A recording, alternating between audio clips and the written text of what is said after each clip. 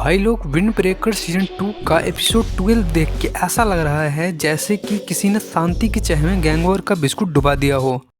वैसे ये शांति कौन है?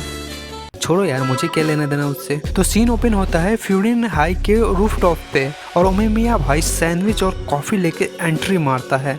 वहाँ पर सभी लोगों को बुलाया गया था। उमेमिया कुछ ऐसे राजू से पर्दा उठाने वाले थे जो कि आने वाले टाइम में अगर फाइट हो तो सबको जानकारी मिली रहे, इसलिए ये बातें फ्यूरिन के नए और पुराने सभी मेंबर को जानना जरूरी था। उमेमिया ने सबको बिठाया और बोला अब समय आ गया है सबको सच बताने का। अब शुरू होती है फ्यूरिन हाई की बैक स्टोरी, जिससे शुरू किया था 5 दोस्तों ने। इसमें था उमेमिया और बाकी 4 थे 4 किंग। सबसे पहला था तोमा हिरागी, टामोन टीम का किंग। ये वो बंदा है जो चुप रहता है लेकिन जब बोलता है तो पूरा ग्राउंड हिल जाता है। उमेमिया का सबसे करीबी और वफादार साथी है। तोमा की लड़ाई की स्टाइल सिंपल, क्लीन और सीधा है। अगर उमेमिया सोचता है तो हिरागी एक्शन लेता है। दूसरा है तासुकु, जिकोकू टीम का किंग। बोलने में तेज, एटीट्यूड में फुल पावर। तासुकु का सिंपल सा फंडा है, जो सीधा नहीं समझता उसे घुमा कर समझाओ और घुमा के मारो। कभी कभी लगता है कि ये मोटिवेशनल स्पीकर कम और फाइटर ज्यादा है, और कभी कभी तो करस भी बन जाता है। मेरा नहीं भाई, सकुरा का।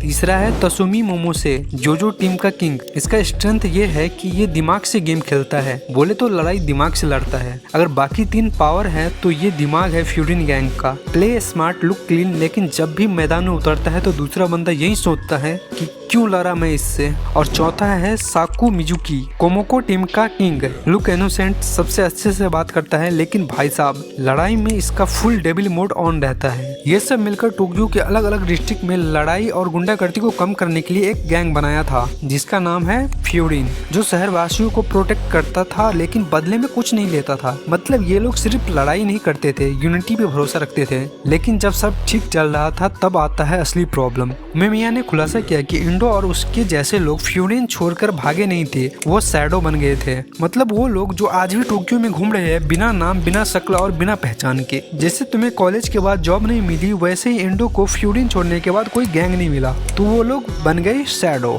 लेकिन वो लोग वापस आ गए क्योंकि पहले जो बिफरिन स्कूल हुआ करता था वो था एक खूंखार और डरावने लोगों का गैंग। अब इंडो का मकसद है कि फ्यूरिन को गिरा के टोक्यो में फिर से अपना नाम का दहशत फैलाना और फिर से वही बिफरिन वाला पुराना ग्रुप चलाना जिसमें सब गुंडागर्दी करते थे। ये सब उमेमिया कहता है। उसके बाद उमेमिया कहता है कि हम लोग उनसे जीत नहीं सकते क्योंकि इंडो बहुत ही पागल और बहुत ही पावरफुल है, और वो अकेला नहीं है, उसके साथ उससे भी बड़ा पागल और पावरफुल एक है जिसका नाम है टाकेशी चिका। यानी कि यहाँ उमेमिया थोड़ा डिमोटिवेट हो जाता है। तभी साकुरा उठ के बोलता है एडो आए चाहे चिका, लेकिन अब ये मेरा शहर है क्योंकि यहाँ के लोगों ने मुझे अपनाया, इसलिए इस शहर को मैं तबाह नहीं होने दूंगा। उमेमिया यह सुन के चौंक जाता है, फिर कहता है मुझे तुम पर भरोसा है, तुम ये कर सकते हो। मतलब बातों बातों में पोस्ट ऑफ ट्रस्ट ट्रांसफर कर दी गई। शायद हो सकता है आने वाले समय में इस जंग का लीडर साकुरा हो। और तभी सीन चेंज होता है। वहाँ पर दिखता है एंडो, जो कि आइसक्रीम खाते हुआ टोक्यो शहर के सड़कों पे जा रहा था, और वो एक गली में पहुंचता है।